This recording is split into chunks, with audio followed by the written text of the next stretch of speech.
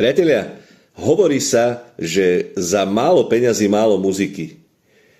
Nám, demokratom, sa však včera podarilo za extrémne málo peňazí urobiť jeden obrovský celoslovenský megakoncert.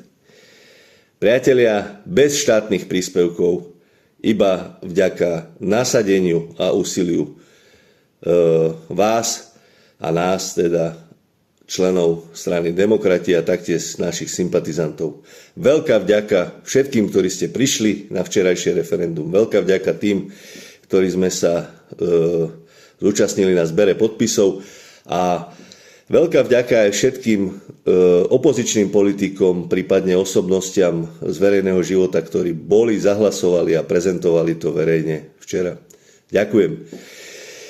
To, že referendum bude neúspešné, sa vedelo už predtým vďaka prázdnemu obleku z prezidentského paláca, ktorý referendum zmaril tým, že ho vypísal bez tej najdôležitejšej otázky a referendum vypísal na začiatok prázdnin, kedy je tretina Slovenska odcestovaná. Takže týmto sa počítalo.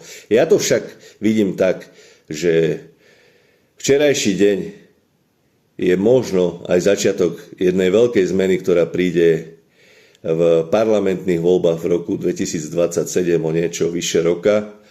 A stojí pred nami teraz iba jediná vec. Mať najlepší program a v budúci rok zvíťaziť a poslať týchto neodborníkov kade ľahšie. Priatelia, na záver jedno veľké ďakujem a prajem vám všetko dobré. Nech sa vám darí.